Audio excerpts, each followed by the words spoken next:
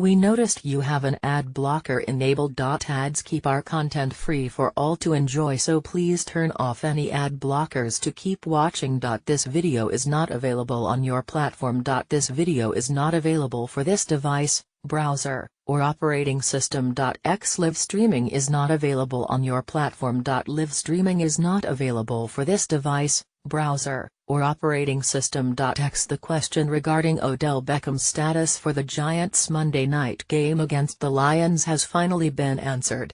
Roughly 90 minutes before kickoff, the Giants receiver warmed up on the field and declared himself fit to play.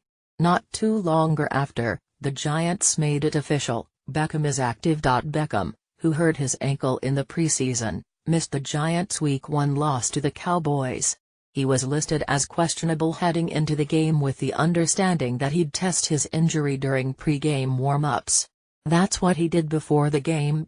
He looked agile and nimble running routes, and then he told reporters that he's good to go. The Giants struggled without Beckham in Week 1, failing to reach the end zone and losing 19-3. In Beckham's career, he averages 95.9 receiving yards per game, which ranks third among all receivers since he entered the NFL in 2014. And he's tied for the league lead in receiving touchdowns, 35, in that span despite missing 6 possible games.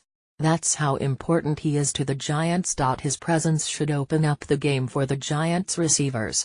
Without Beckham on the field, Brandon Marshall failed to get open last week, catching one pass in garbage time for 10 yards.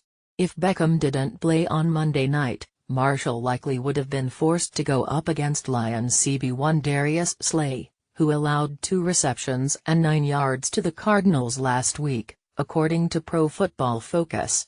That's a battle Marshall probably would have lost. Now, Marshall should be able to exploit one of the Lions' other weaker cornerbacks.